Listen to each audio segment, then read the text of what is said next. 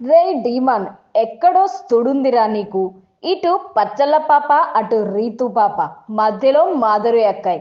Big boss house లోకి innocent face తో వెళ్లి లవర్ బాయ్ అయిపోయాడు డీమాన్ పవన్.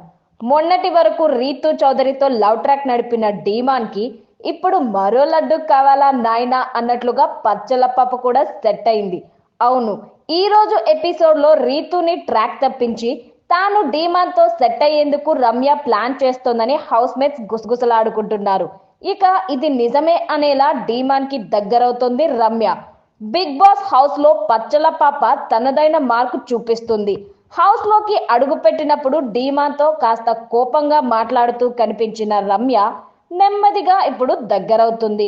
2 రోజులుగా రీతు గురించి డీమాన్ కి రమ్య నెగిటివ్ గా చెప్తుంది. తన వల్లే నీ గేమ్ పోతుంది, నిన్ను గేమ్ కోసం వాడుకుంటుంది అన్నట్లుగా డీమాన్ కి చెప్పింది రమ్య.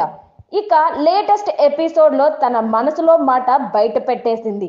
లవ్ చేస్తున్నావా? డీమాన్ మాట్లాడాలని పిలవడంతో రమ్య ఒంటరిగా వెళ్ళింది. ఇప్పుడు చెప్పు ఏంటి, ఇప్పుడు చెప్పు అని రమ్య అడిగితే అటు సైడ్ నుంచి జెన్యూన్ అని ఏం అనిపించలేదా అని డీమాన్ అడిగాడు.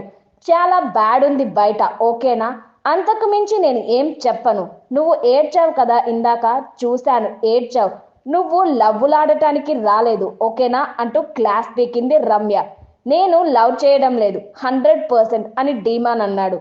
నాకు తెలిసిపోయింది, నీ కళ్ళు చూస్తే, నీ ఏడుపు చూస్తేనే అర్థమైపోయింది నాకు నువ్వు లవ్ చేస్తున్నావని అంటూ రమ్య ఆట పట్టించింది.